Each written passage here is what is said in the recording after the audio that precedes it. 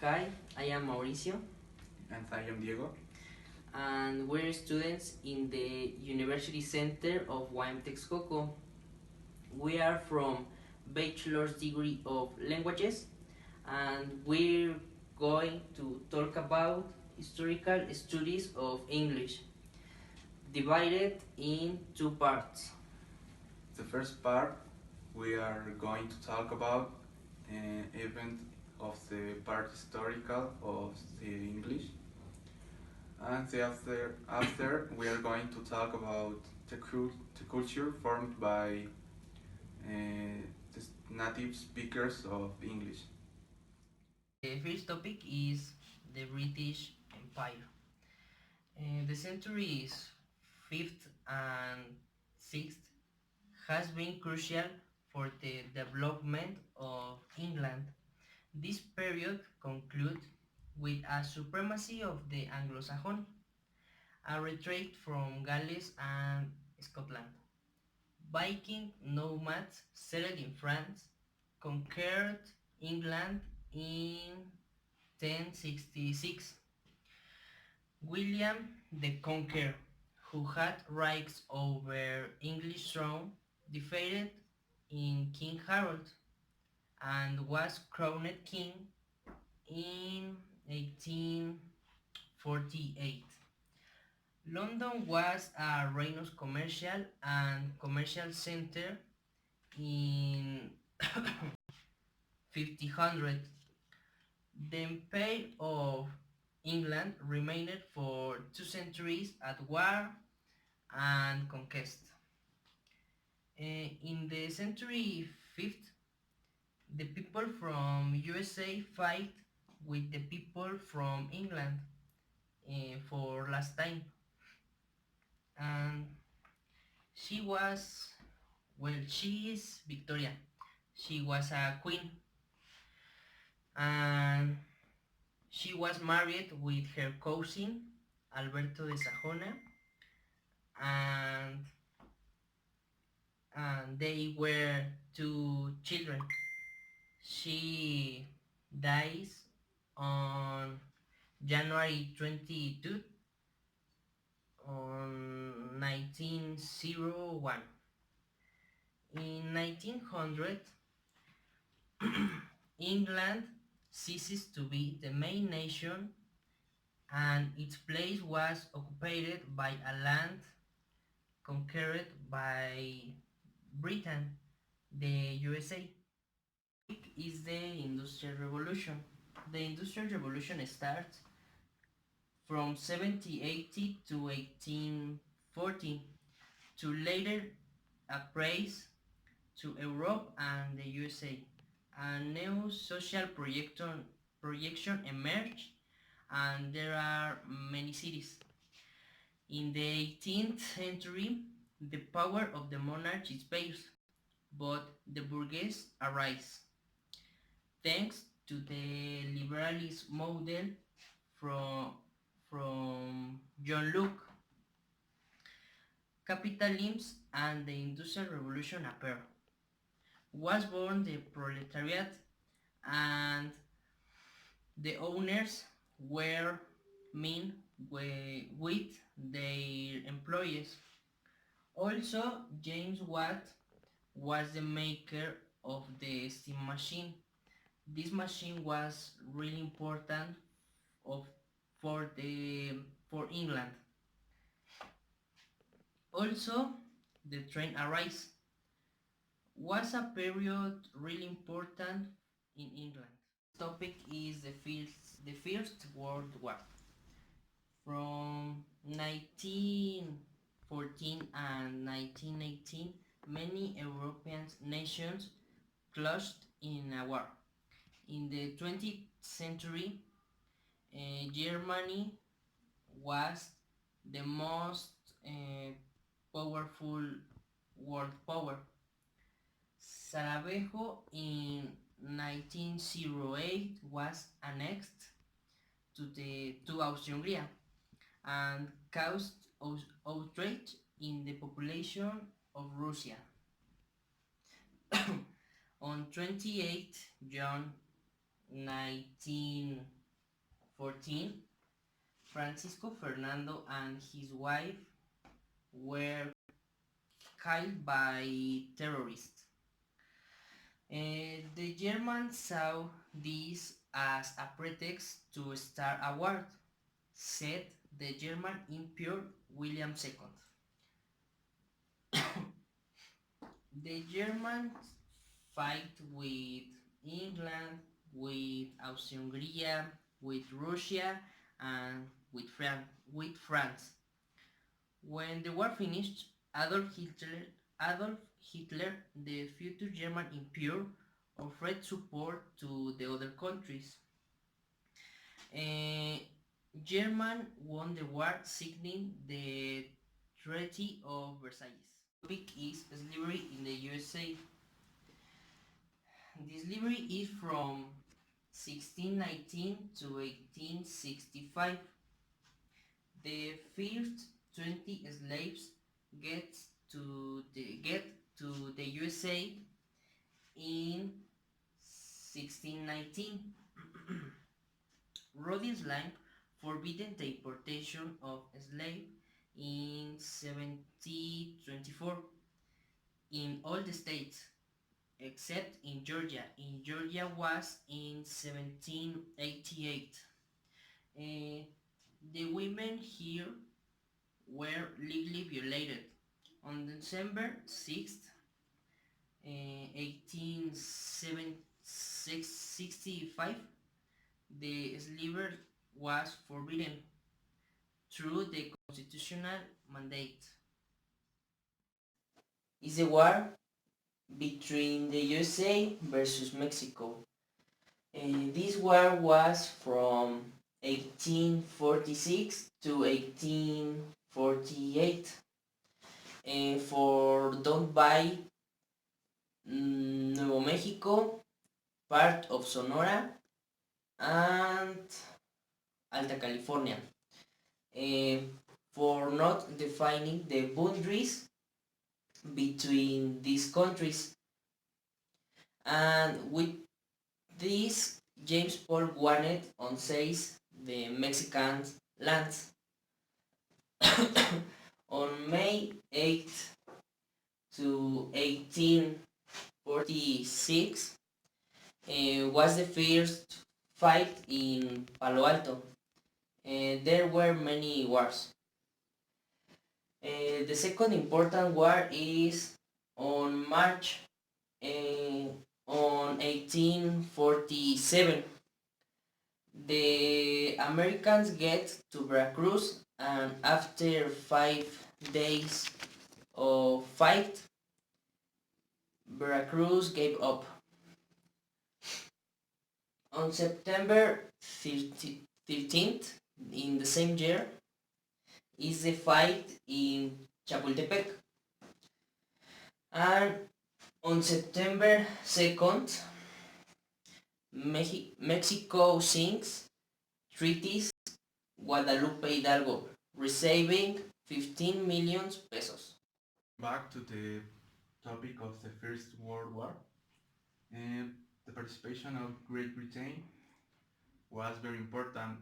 They started in 1914 with an army of 7,100 soldiers, and at its peak moment have 4 million soldiers. It means that's one of the fastest military mobilizations in the world. And one of their allies is Australia, and Australia started to participate in the First World War after the conquest of the German New Guinea and the Bismarck Archipelago in 1914. In April in 1915, an Austrian Imperial force landed in Gallipoli with troops of New Zealand and France and Great Britain. Its camping resulted in a disastrous event against the Ottoman Empire. The United States started to participate in the First World War with the declaration of Woodrow Wilson in 1914, and he said that the United States would be neutral.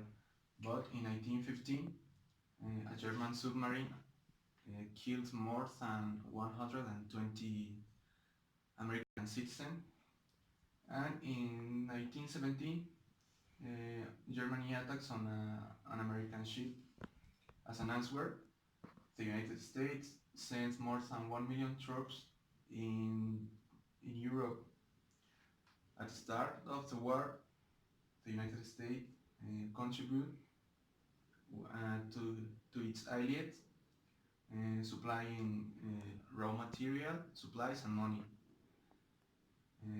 The United States saved many countries by the bankruptcy. Of the war, there were many consequences. The first is that 31 million people died between 1914 and 1918. There were a very strong economic crisis and a devastation social, and so that means that many empires as Ottoman, Austro-Hungarian, Russia, and Germany were disappeared, and it formed many new countries like Hungary, Poland, Turkey, and Yugoslavia. The end of the war marked the end of the colonialism and the start of the nationalism. The United States became an industrial power, and it's one of the most important countries in the world. It's the United Nations. The United Nations were created to maintain international peace between nations, and is governed by the Charter of the United Nations. It was wrote in October 24th in 1915 and was signed in 25th June in the same year in San Francisco, and was signed by 51 countries. Today there is just one country that don't form part of the United Nations. That country is Palestine. There are 6 official languages of the United Nations: Chinese, English, Spanish, Arabic, French, and Russian. The headquarters of the United Nations is localized in New York, but they organize specialists of the other things are in other countries like Spain, Denmark, Switzerland, Canada, Australia, etc. And the financing of the United Nations maintain many countries that form part of this, being the United Nations and the European Union and Japan the main funders. Is a holiday celebrated since 1789 by a request of the Congress of George Washington, and Thanksgiving became a federal holiday in 1963 during the Civil War. Abraham Lincoln proclaimed that the Thanksgiving Day would be celebrated on the last Thursday of November, but Franklin D. Roosevelt changed the date between 1939 and 1941. Exists a song, a hymn of Thanksgiving, written and composed by Fanny J. Crosby in the year of 1899. But there exist 6 more songs of this holiday. People in this day used to spend time with family, usually on a dinner, and they used to eat turkey, mashed potatoes, cranberry sauce, corn, and many things. And Thanksgiving it's not just a holiday of the United States. Countries like Germany, Canada, Japan, or Netherlands celebrate too this holiday. The English is one of the most important and most spoken language in the world. That's why we and many experts think that this language can be the language of the future. All the languages that exist follow a process of evolution. Uh, some languages sometimes disappear and sometimes get new gradations. Uh, it means that a language can disappear or just combine with another language. And this language is one of the easiest to learn. It's the third language most spoken in the world.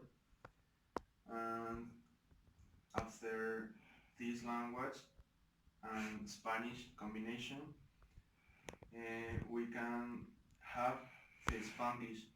That's one of the languages that it's an example of the hybridization.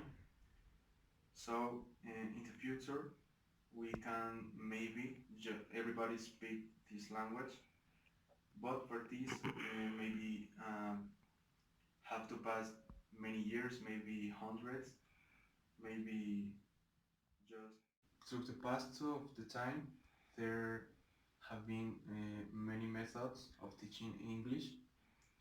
In the past, we can talk about grammar method translation. This method consists in learning grammar rules and memorization to complete a translation of a word of a sentences. Another method is the direct method or natural approach, and it consists in the acquisition of the second language in a manner similar to how we learned the first language. Another method can be the audiolingual method, and it helps to expand the vocabulary, and it consists just to listen and repeat to learn different and new words. Another method is the total physical response, and it's to teach second language through the combination of the speech and the action proposed to generate a language. Uh, it's how say learning through physical activities. Another method is suggestopedia.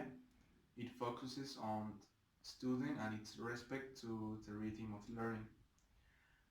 People learn from comprehension and problem resolution in a flexible and free context. There are many different methods to teach a language, uh, like the task-based approach. It consists just in isolate the individual skills and in order to teach material that students actually need to know to meet their goals and objectives. Another method is the project-based approach. It's meant to address students' real need and adapting the skills and competence that they truly need personally or and professionally. Another method is the lexical syllabus. It focuses on what language a student needs to produce. In particular, the words that the students need to understand. And the last one is the method using smartphones. A smartphone is a very necessary tool in these days. We can have a dictionary, a translator,